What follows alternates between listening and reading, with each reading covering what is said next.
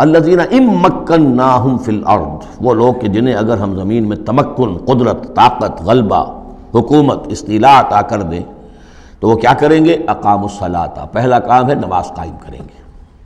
یہی کام حضور نے کیا، جاتے ہی سب سے پہلے جمعہ قائم کیا اور پھر یہ کہ مسجد النبوی کی تعمیر کی، پہلا کام۔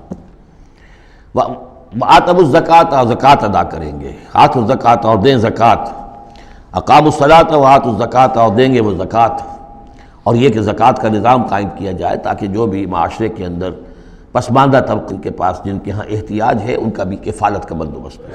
وَأَمَرُوا بِالْمَعْرُوفِ، اور وہ نیکی کا حکم دیں گے، وَنَہَوْا عَنِ الْمُنکَرِ، اور بدی سے روکیں گے، وَلِلَّهِ عَاقِبَةُ الْأُمُورِ، اور تمام معاملات کا بالکل آخری انجام تو ہے تو وہ تو ظاہر ہے کہ اللہ ہی کے ہاتھ میں ہے، اللہ کی قبضہ قدرت میں ہے۔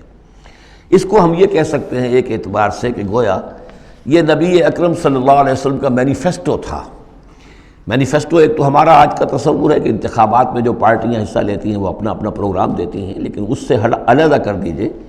لیکن چونکہ حضور، اگر یہ روایت صحیح ہے کہ یہ آیات نازل ہوئی ہیں جبکہ حضور تشریف لے جا رہے ہیں مکے سے مدینے کی طرف ہجرت کے سفر پر، تو اللہ کے علم میں ہے کہ اب آپ کا جو وہاں داخلہ ہونے والا ہے وہ تو ہوگا ایک بے تاج بادشاہ کی حیثیت سے، جاتے ہی آپ کو وہاں اللہ تعالیٰ کی طرف سے اختیار اور اقتدار مل جائے گا۔